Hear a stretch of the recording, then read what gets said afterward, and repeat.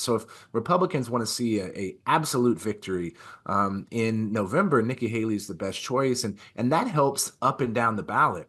And when we look at the debates that are going on in Congress, you want to make sure there's really big coattails to keep the House in Republicans' hands. Right now, we're basically at a two. Republicans only have a two-seat majority. Yeah. That can potentially flip in November.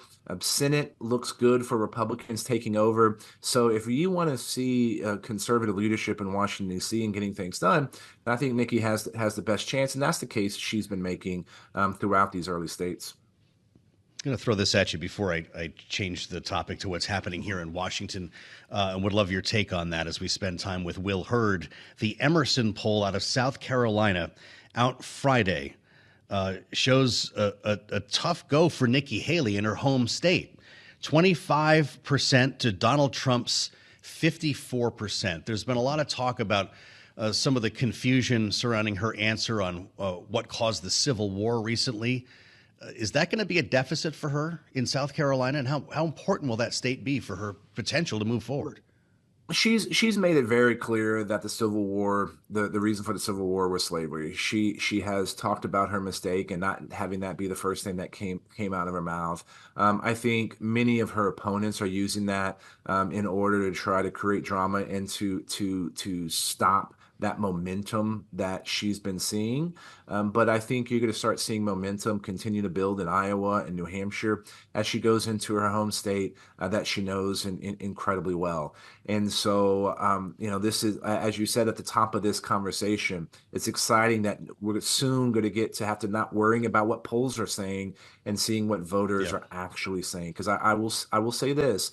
If you look at some of the polling versus votes of significant votes over the last, let's call it 9 months, the abortion ballot initiative in Iowa, the gubernatorial race in Kentucky, the polling did not reflect what actually happened at the ballot box.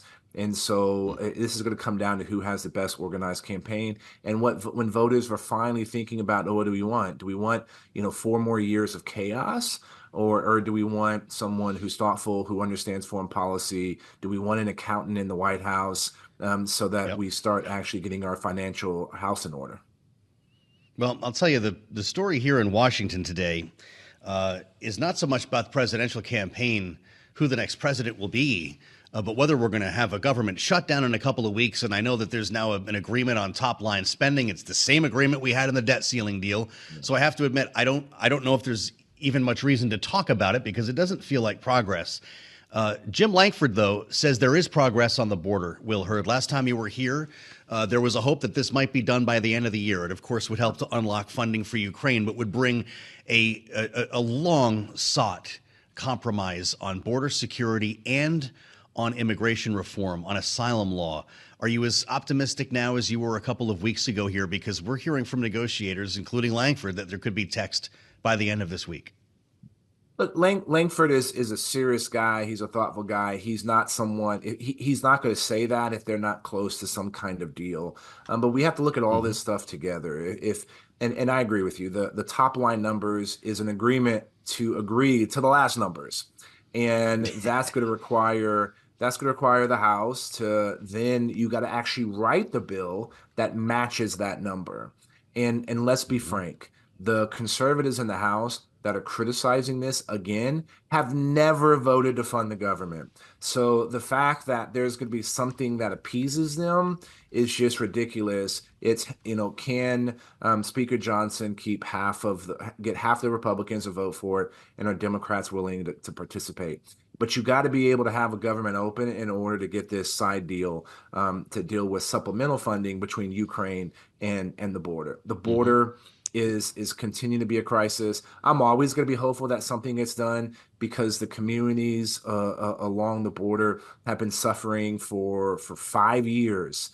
We think about, most people only think, when New York and Chicago and LA started complaining, that's when it really became a crisis. No, it's been a crisis. It's been a crisis since the last year of Donald Trump's presidency. He's the one that began this problem, and then it just became considerably worse under President Biden. Last month, I think it was 320,000 people were apprehended. That's the all-time high in the history of our government. So this is a real we're crisis. seeing some staggering figures, that's for sure. And I wonder if you think it's a good time then to impeach the Homeland Security Secretary. The first hearing will take place in the House on Wednesday. Alejandro Mayorkas, of course, is seated at the negotiating table, we're told, at least, helping to represent the administration. Is this the moment to pull the plug on the secretary?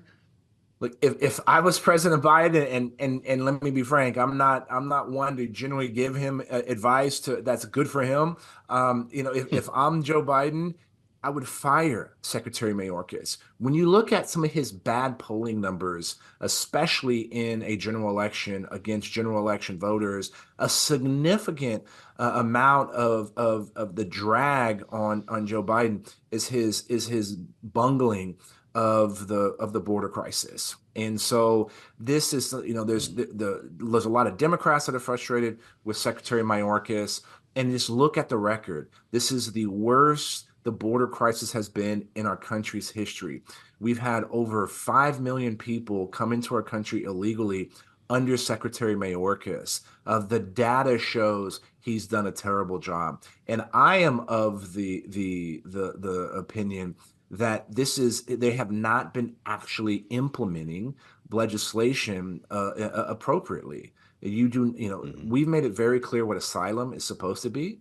They're having an incredibly generous definition of asylum, which is allowing these millions of people to come into the country. And to me, that alone is a violation of Secretary Mayorkas's duties.